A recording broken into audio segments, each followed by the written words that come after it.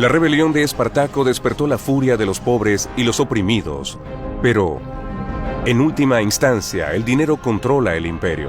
La codicia es lo que corrompe la política de la fuerza de combate más destructiva de Roma.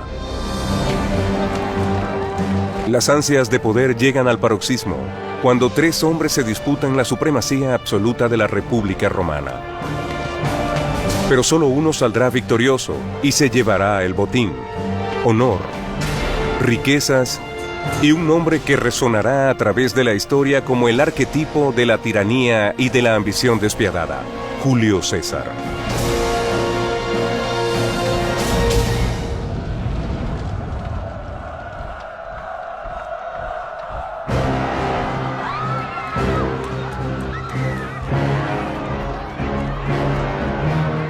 Estamos a mediados del siglo I a.C. y la democracia está decayendo en la República Romana. Es una época de violencia y de gran agitación política.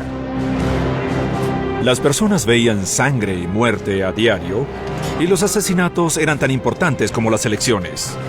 Se suponía que los romanos no debían utilizar la violencia para decidir los asuntos políticos que fijarían el rumbo del país, pero la violencia engendra violencia. Y durante la época de César, Roma prácticamente se había convertido en un estado anárquico. El joven Julio César creció en medio de este clima de agitación. A los 16 años murió su padre, y César sabía que su vida no iba a ser fácil.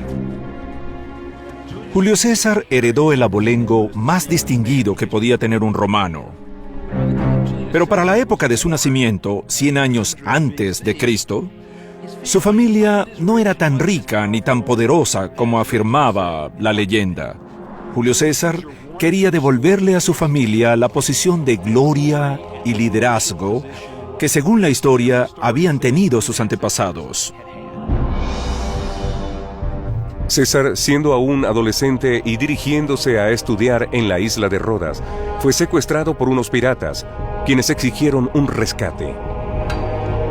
Estamos hablando de que los mayores piratas y traficantes de esclavos del Mediterráneo secuestraron a César y pidieron un rescate. Recaudar el dinero no fue fácil, así que César pasó una larga temporada en manos de los piratas. Después de enfrentarse a estos ladrones asesinos, el joven César demostró que su valor excedía lo que exigían por él. César no es un romano común, él no le teme a nada. Aun cuando los piratas son los seres más temidos en la sociedad aristocrática, César demuestra que puede enfrentar y superar esta amenaza. Finalmente, César recobra su libertad y traslada a los piratas a Roma, donde son crucificados y abandonados a las aves de carroña. César se hace hombre, y en el año 75 a.C., siendo un soldado experimentado en sus 30, lo envían a la Hispania romana a reprimir a un peligroso grupo de rebeldes.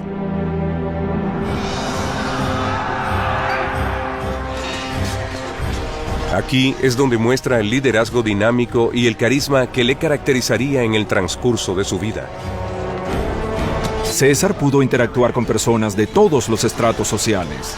Tenía buenas relaciones con los soldados porque había demostrado que poseía tanto coraje, agallas y resistencia como ellos.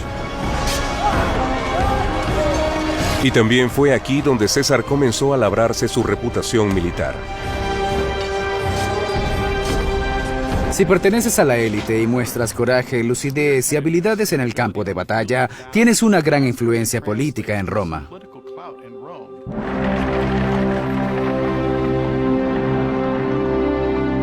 De regreso a Roma, César ingresó a la política, utilizando su gran popularidad para tratar de ganar las elecciones de cónsul. El cargo de cónsul es el más prestigioso de Roma, y se gana no solo por medio de una excelente labor como gobernador de una provincia romana, sino por estar al mando de las legiones estacionadas ahí. César es un político nato. Julio César tenía una gran capacidad de relacionarse con las personas, de lograr que lo quisieran. Además, era uno de los mejores escritores, así como un excelente orador. Solo con pronunciar un discurso podía lograr que hicieras lo que él pensaba que debías hacer. Entre sus admiradores se encuentra Marcus Brutus, el hijo de su amante favorita, quien rápidamente se convierte en el protegido de César. Brutus se siente inspirado por la campaña populista de su mentor y en algún momento ingresa al mundo de la política.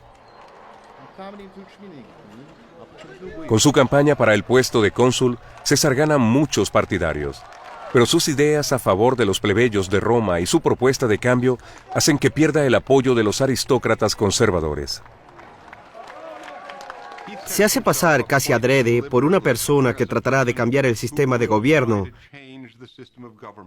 y eso lo convierte en una gran amenaza para los conservadores, ya que César parece ser alguien que desea algo nuevo. Él representa su antítesis y es muy poco lo que pueden hacer al respecto. Aun si César es electo cónsul de Roma, los senadores conservadores pueden negarle lo que más quiere y necesita: la gobernación de la lucrativa provincia de Galia. César necesitaba dinero urgentemente. Tenía tantas deudas que literalmente tuvo que huir de sus acreedores.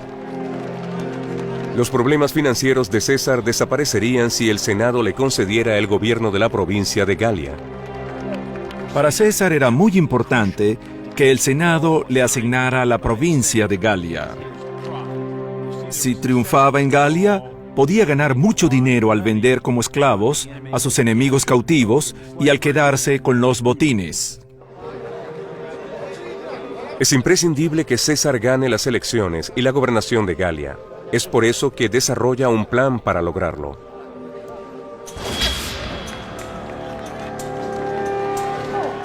En la brutal arena política de Roma, uno nunca debería pelear solo.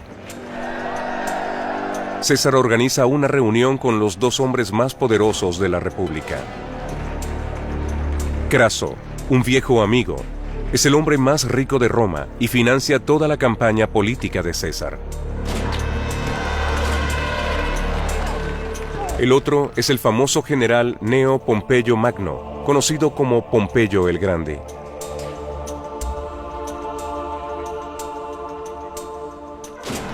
César, al demostrar su astucia como gladiador, convenció a Craso y a Pompeyo de que lo ayudaran a ganar las elecciones y a controlar el Senado. Realmente César era el tercer hombre. Desde el punto de vista militar, no era tan distinguido como Pompeyo y definitivamente no era tan rico como Craso, pero César tenía esa aura y ese carisma que los otros no tenían. Esta extraordinaria alianza es conocida como el triunvirato. El triunvirato resulta tan poderoso que gana el control del aparato político. En cierto modo, ellos prácticamente pueden otorgar cargos a su antojo y obviamente eso restringe un poco la libertad política de la aristocracia, lo cual es muy bien recibido. Para cerrar el trato, César propone un contrato matrimonial entre su hija Julia y Pompeyo. Los matrimonios, especialmente entre los aristócratas romanos, no consisten en un lazo de amor entre un hombre y una mujer, sino prácticamente se trata de que una familia se case con la otra. Y las mujeres son simplemente una prueba de los intercambios. Con este nuevo músculo político, Craso y Pompeyo manipulan el sistema. César gana las elecciones y los dos hombres ganan poder, gracias a la desgravación fiscal y a la concesión de tierras. Y luego, a César, al que planificó todo, le asignaron una gran misión: ser gobernador durante 5 años, no de una, sino de 2 provincias de Galia, sin olvidar la oportunidad de conquistar todo un continente. César se dirige al norte, en busca de gloria y oro. Al mismo tiempo, camino al enfrentamiento con el ejército de César, una horda desesperada y hambrienta de bárbaros se dirige al sur para tratar de invadir el territorio romano. Se trata de 300.000 hombres fornidos, conocidos como los helvecios, que buscan tierras nuevas para establecerse, así sea a la fuerza. Por razones desconocidas, quizás ambientales o probablemente debido a guerras, los bárbaros del norte se estaban dirigiendo al sur, hombres, mujeres y niños.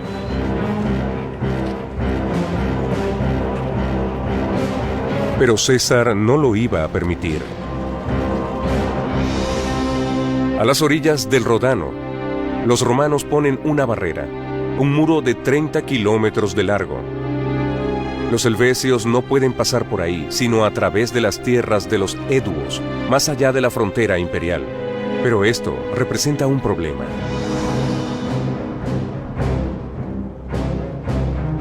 César no puede ordenarle a su ejército que salga del territorio romano. Para obtener el botín, los esclavos y el nuevo territorio que desea, tiene que convencer al Senado de que no tiene otra opción. Tenía que tratarse de una amenaza monumental, y da la casualidad de que los helvecios desempeñaron este papel. Aún difundiendo noticias sobre este peligroso grupo de salvajes, César los persigue, porque los considera un blanco fácil. Pero al poco tiempo se supo que se había equivocado. Sin previo aviso, los helvecios se regresan al bosque y le tienden una emboscada a la retaguardia de César. Estos grupos tenían una infraestructura militar sustancial. Estaban armados, poseían una organización militar y también se organizaban en unidades que estaban preparadas para defenderse.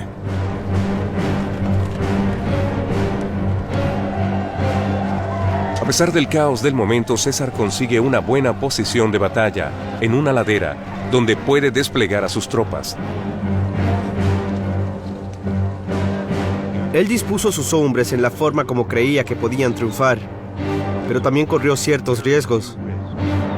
Le gustaba apostarse audazmente, pero siempre en lugares donde sabía que el enemigo estaría en desventaja si trataba de atacarlo. Los helvecios se dirigieron precipitadamente hacia la colina romana, confiados en que su mayoría abrumadora les concedería la victoria. El mismo César describe la batalla. Nuestras tropas acabaron fácilmente con la falange del ejército enemigo. Con una simple lanza, mis hombres podían atravesar varios escudos de los galos, obligándolos a soltarlos. Luego desenvainamos las espadas y los atacamos.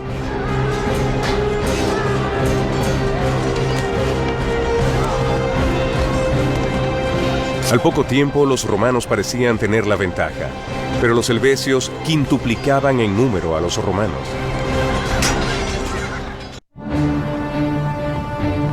En el año 58 a.C., los helvecios, una horda bárbara, invierten la situación de ventaja de los romanos, tienden una emboscada a la retaguardia y obligan a César a pelear.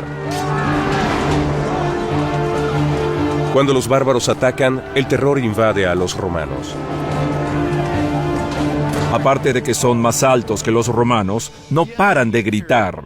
Están dispuestos a atacarlos en masa y parecen histéricos. ¿Qué puede ser más aterrador que tratar de luchar contra alguien que uno cree que está loco, que está perturbado?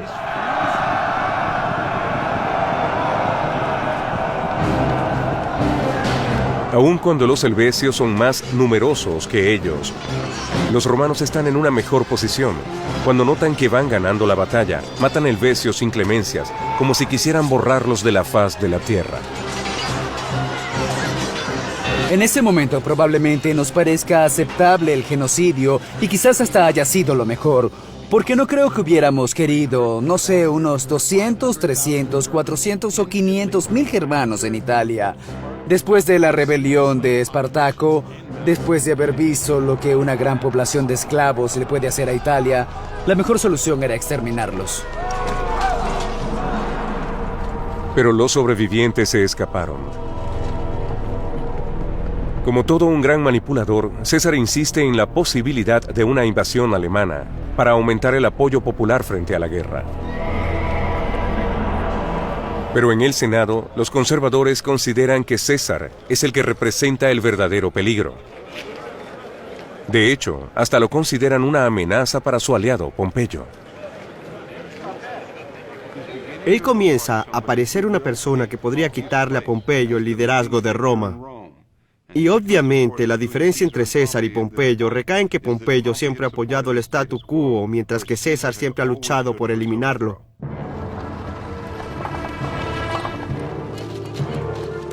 Se percibe tensión en la ciudad. Los conservadores tratan de convencer a Pompeyo de que se aleje de César, pero ya es demasiado tarde, porque su nueva esposa, Julia, la hija de César, ha cautivado por completo al general. Pompeyo estaba tan enamorado de su esposa que comenzó a descuidar la política para poder pasar más tiempo con ella. Con su amor adolescente, hizo viajes constantes para visitar los jardines y parques más hermosos de Italia. La generosidad de Pompeyo hacia César llega incluso a un miembro de su familia extendida, a su protegido, Marcus Brutus. Como prebenda, Pompeyo le otorga a Brutus un lucrativo puesto en una de las provincias orientales, permitiendo que el joven noble se desarrolle como político, igual que su mentor. César, a sabiendas de que Pompeyo protege sus intereses en Roma, empieza a preocuparse por los rumores de invasión al reino galo de los Eduos. La región de los Eduos es pastoral y no está acostumbrada a la violencia.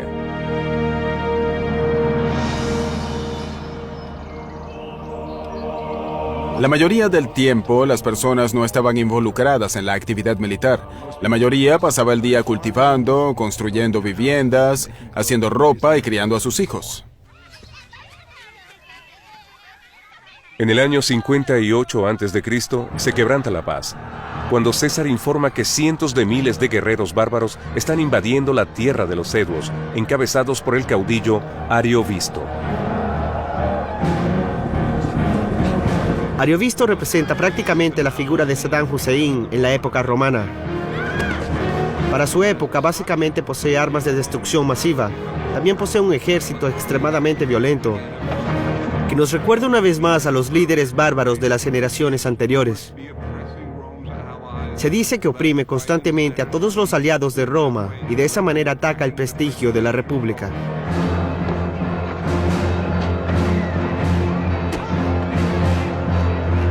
Según César, no debe ser tolerada tal agresión.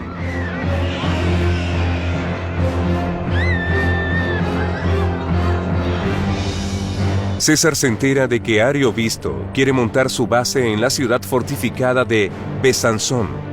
Rápidamente dirige a sus hombres al otro lado de Galia para encontrarlos.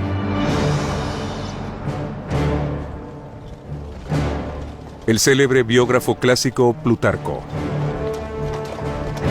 Todo el ejército clamaba por la confrontación mientras los hombres seguían a César hasta el campamento a solo 30 kilómetros del enemigo. A medida que se acercan las legiones romanas, los bárbaros les piden ayuda a sus dioses paganos.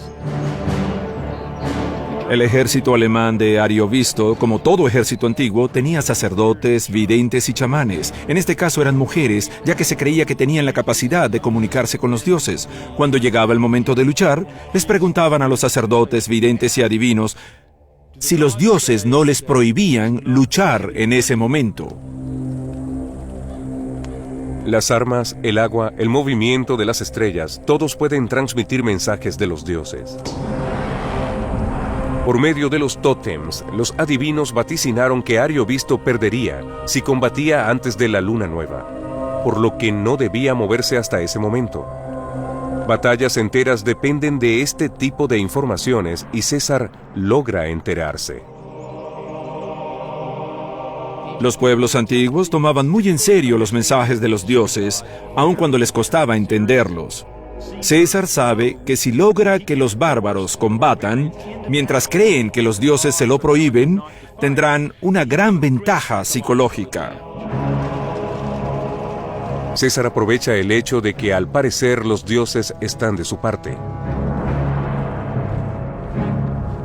César envía sus tropas directo a la fortificación germana, amenazándolos y avergonzándolos, y obligando finalmente a Ariovisto a que saque las tropas en contra de su voluntad, a sabiendas de que van a luchar sin poder olvidar el miedo y el remordimiento, pensando que no deberían hacerlo porque los dioses les dijeron que no lucharan en contra de César.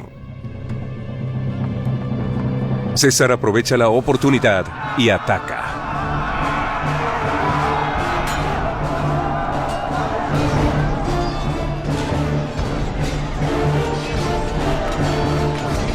César no tiene ningún reparo de deshacerse de un gran número de personas, y es por eso que en la batalla con Ariovisto presume de haber matado a 80.000 germanos, incluyendo a 2 de las esposas y una de las hijas de Ariovisto, en tanto que hizo cautiva a la otra. Pero Ariovisto logra escapar y huye a Germania, dejando así a César como el nuevo amo de Galia. En el año 58 a.C., Julio César mata a cientos de miles de guerreros germanos violentos. Su líder, Ariovisto, huye deshonrado, abandonando la ocupación germánica de Galia.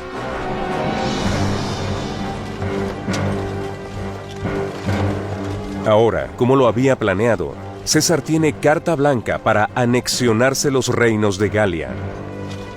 Alega ser un libertador, aunque no todos están de acuerdo con un gobierno romano. Lo malo de esto es que perdías tu independencia política. Y esto quizás no le importaba a algunas élites. Los líderes, por ejemplo, recibían todo tipo de beneficios políticos y materiales. Pero como todos sabemos, tanto en Roma como en otras partes, a las personas no les gusta que los gobierne un extranjero. Durante los 3 años siguientes, César se olvida de su papel de protector. No solo conquista a tribus galas, tanto al norte como al oeste, sino que también atraviesa el Rin y el Canal de la Mancha para invadir a Germania y a Britania. Son los primeros romanos en hacerlo. Para dar a conocer sus logros, César envía la historia de su conquista en reportes plenos de acción. Aún estando rodeados de miles de naturales, mis hombres se defendieron con gran valentía durante más de 4 horas. Mataron a un gran número de bretones, mientras pocos de ellos salieron heridos. Tan pronto como veían a nuestra caballería, el enemigo lanzaba sus armas y huía, sufriendo numerosas bajas. Es como si lograra meterte dentro de su campaña. Los romanos leían esto como una historia de aventura, una historia de exploración, porque los romanos nunca habían estado en el norte de Galia, ni en Britania, así que para los romanos era una historia muy emocionante. Los escritos de César son uno de los documentos políticos más importantes que hayan perdurado a lo largo de la historia del mundo. Los escribió con la intención de justificar las acciones que muchos romanos consideraban completamente ilegales y atroces, y que solo se justificaban por su éxito. Hasta el protegido de César, Marcus Brutus, examina los reportes con gran preocupación. A lo largo de las elocuentes líneas de César, percibe su codicia y una ambición desenfrenada. De repente las personas se dan cuenta de que César está reuniendo una gran riqueza y de que tiene un poderoso ejército a sus órdenes. Está gastando mucho dinero en asegurar apoyo a lo largo de la península itálica. Brutus se preocupa por su posición política. Si César se hace más poderoso, la aristocracia se hace más débil. Los líderes conservadores prometen detener a César. Lo que más temía la clase alta romana era que uno de sus miembros rompiera filas y se dirigiera al pueblo sin el consenso de la clase gobernante que estaba detrás de él. Siempre tenían miedo de que alguien hiciera algo que afectara el statu quo, el cual estaba totalmente destinado a mantener su riqueza y su posición. Para detener a sus rivales, César debe pedirle ayuda a Craso, su aliado de tantos años. Él, como tal, no le teme a la popularidad de César. Su enorme riqueza lo protege de la indecisión de los políticos. Con sobornos y astucia, logra bloquear a los enemigos de César, gana otro consulado y su primer comando militar en casi 20 años. Soñando con la gloria eterna, Craso se dirige al este para invadir el reino de Partia, donde muere en una emboscada. César ha perdido a su principal protector en Roma. Alrededor de la misma época, Julia, la única hija de César, muere en trabajo de parto. Su esposo Pompeyo, el último protector de César, queda devastado.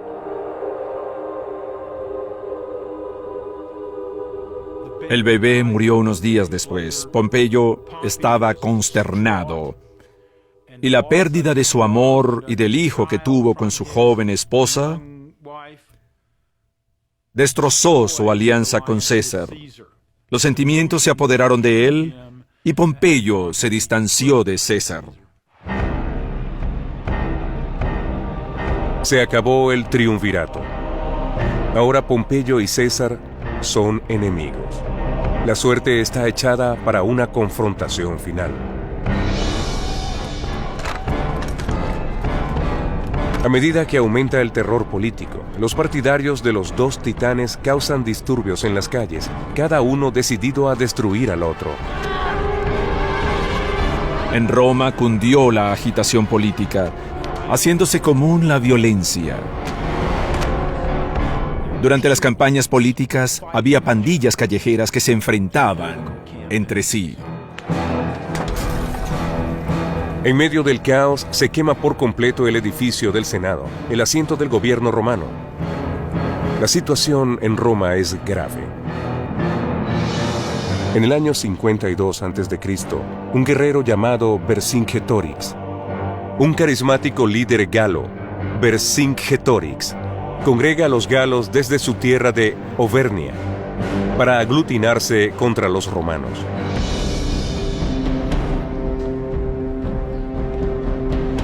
El plan de Vercingetorix es radical. Quemar todas las provisiones, todos los graneros llenos de maíz, así como el forraje para los animales. Y luego atrincherarse en las ciudades fortificadas a esperar que los romanos se rindan. Los galos, al ver cómo se quemaban sus caseríos, debieron pensar que fue peor el remedio que la enfermedad. Sin embargo, ese sacrificio asombró y alarmó a los romanos. Vercingetorix estaba tratando de destruir la logística del ejército romano. El simple hecho de alimentar a estas personas representaba un gran problema, y mientras César quisiera combatir más a los galos, mayores debían ser sus líneas de suministro, y más fácil resultaría cortar esas líneas y dejar que se murieran de hambre hasta rendirse. Con la falta de suministro de alimentos, los romanos solo tendrían dos opciones: quedarse y morirse de hambre, o replegarse. Pero César nunca se repliega. En el año 52 a.C., un guerrero llamado Vercingetorix exhorta a su pueblo a que se subleve contra Roma, quemando los graneros y los suministros de alimentos. Al final del invierno, los romanos debían escoger entre morirse de hambre o triunfar.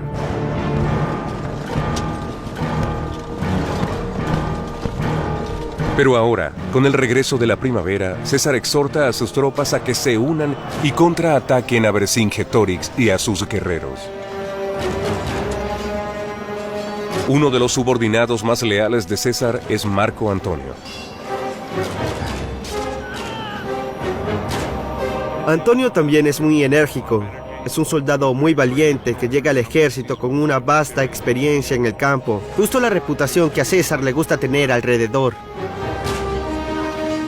Atacan Gergovia, donde Vercingetorix y su ejército dan una fuerte pelea. La batalla es brutal. César, peleando hombro a hombro con sus guerreros, logra sobrevivir, pero el resultado es catastrófico.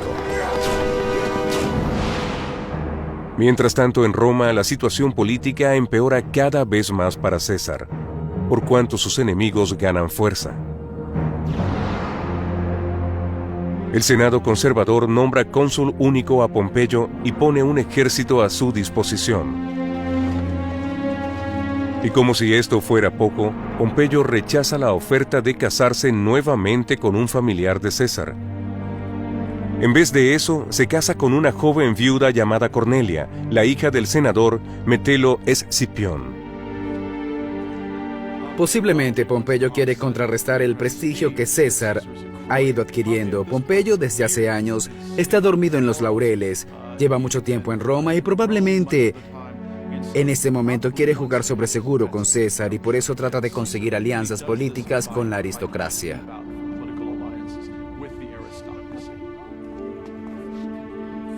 Pompeyo incluso logra que el Senado nombre co-cónsul a su suegro. Con esta última traición, Pompeyo completa su plan de alejarse de César e ingresar al bando de los conservadores. La situación se le está poniendo crítica a César. Debe salvar a Galia o desprestigiarse por completo. Persigue a Vercingetorix y a su ejército hasta la ciudad fortificada de Alesia y les ordena a sus hombres que caven unas trincheras dobles. Una para encerrar al ejército alesiano y la otra para prevenir que los refuerzos entren. Lo que hicieron fue construir una maravillosa estructura de defensa que al principio estaba hecha con algo que sus hombres llamaban lanzas, palos de madera enterrados en la tierra, con ganchos en la parte superior.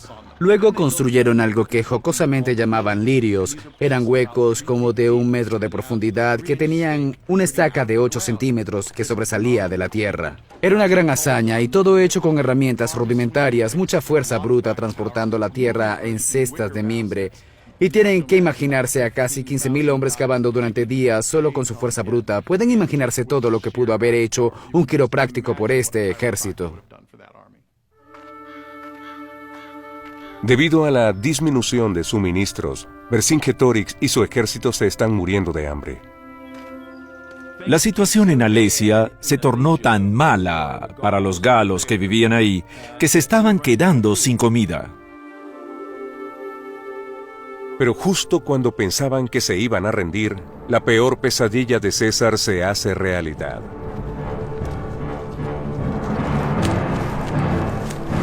Toda Galia sale a defender al pueblo de Alesia. 200,000 guerreros bárbaros avanzan hacia los romanos. Los galos son un ejército bastante bien organizado. Pueden congregar muchos soldados y hacerlo con rapidez. Eso lo observamos en la batalla de Alesia, en la cual César, después de haber sitiado, fue sitiado a su vez. Con la llegada de los refuerzos, Vercingetorix logra abandonar las puertas de la ciudad. Los romanos están rodeados. Los bárbaros salen con ansias de matar.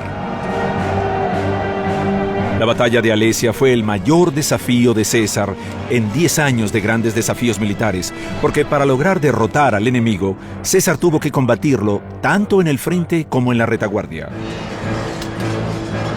Solo las tropas más experimentadas podrían aguantar ese ataque.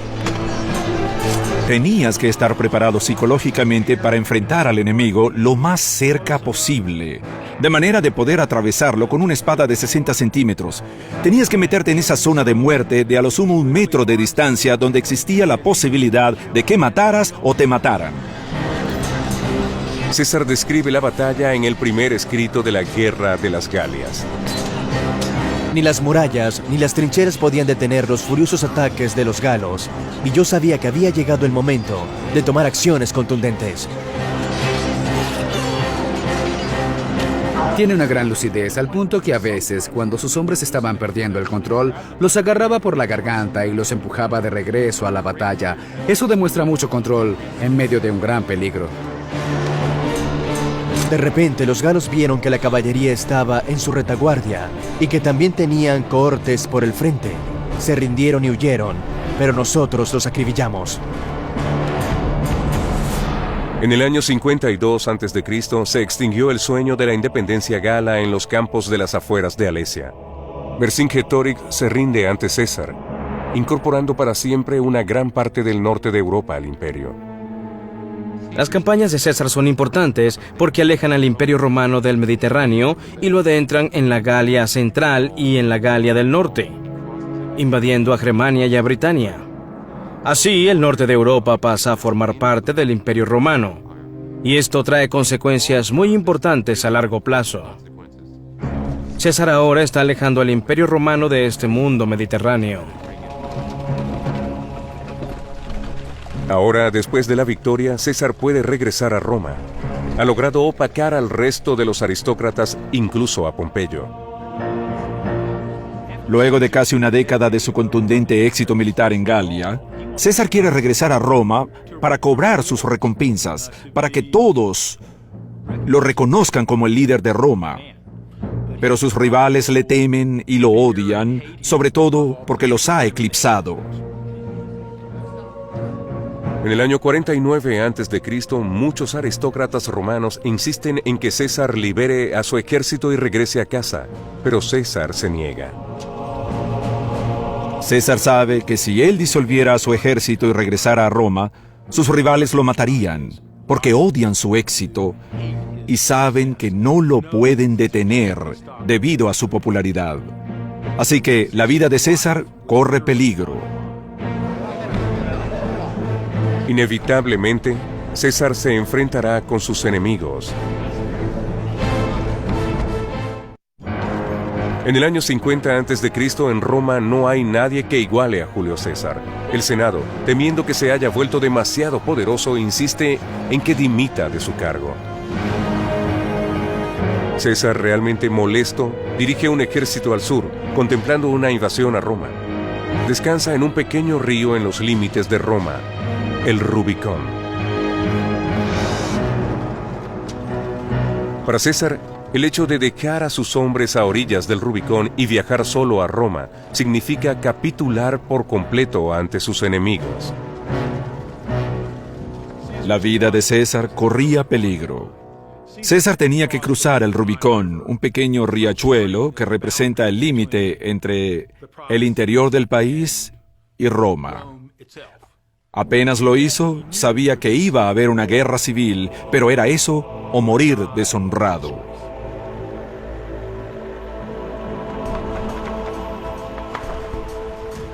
César lidera uno de los ejércitos.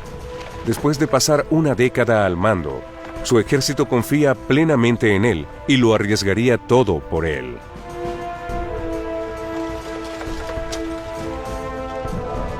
Pompeyo lidera al otro grupo. El ejército se encuentra esparcido por toda Italia y su lealtad es dudosa.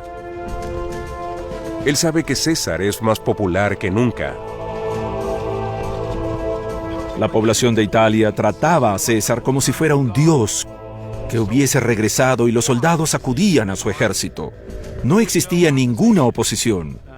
Los que le temían huían desesperadamente de Roma y la ciudad se convirtió en un escenario de pánico y tumulto.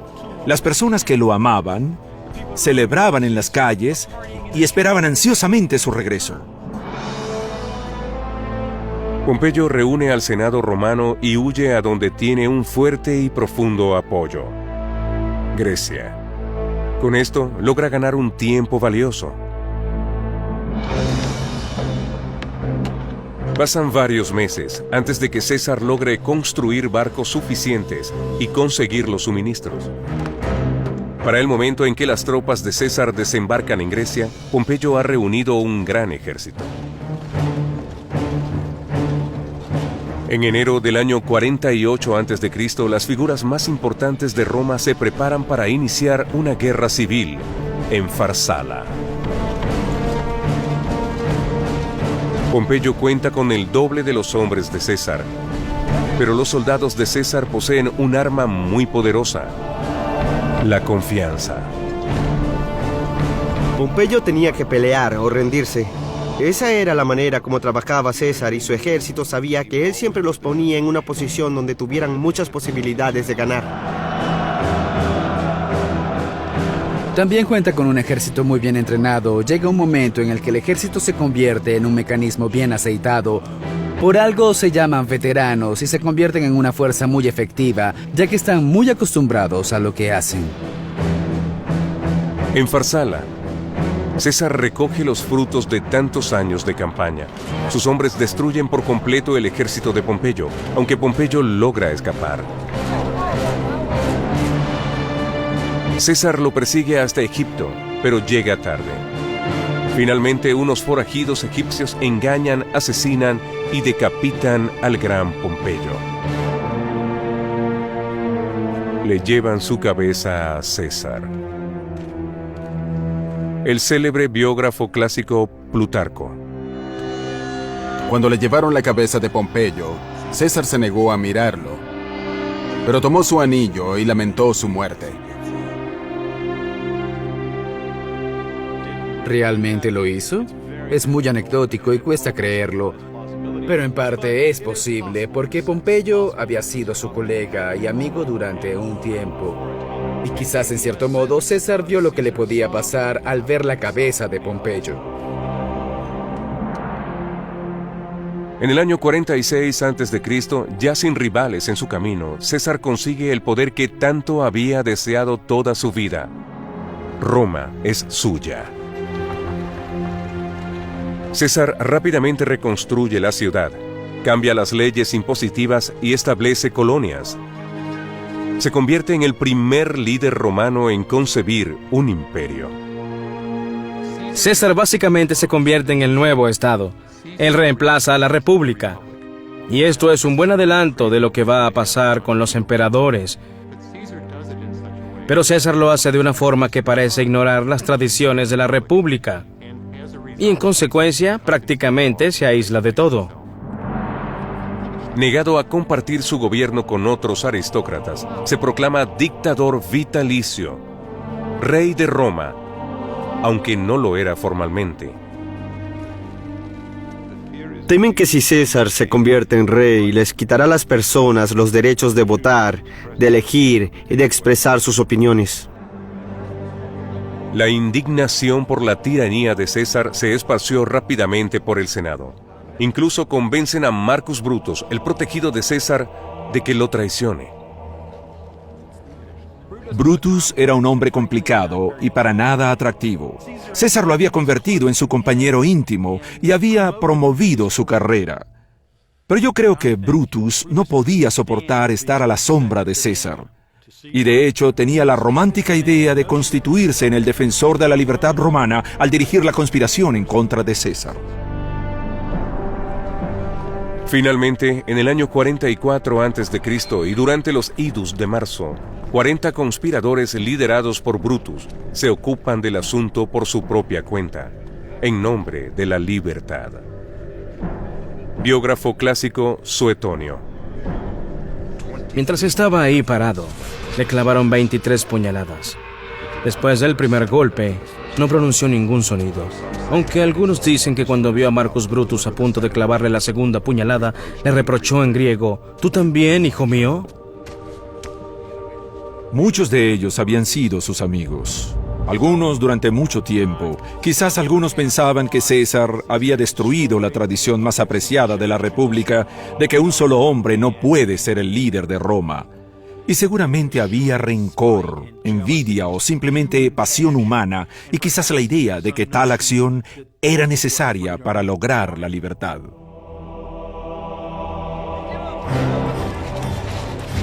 La muerte de César no devino en el renacimiento de la República, como esperaban los conspiradores, sino solo en anarquía, más violencia y finalmente en un imperio.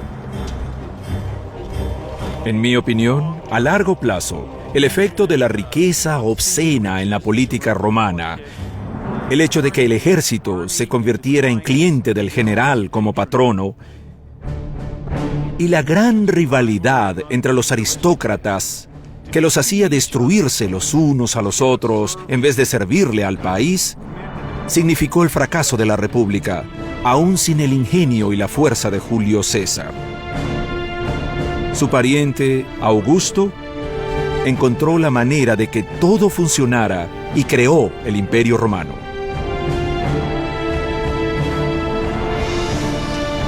Comienza la época de los emperadores, y con ella las conquistas sangrientas, la represión brutal y la guerra interminable.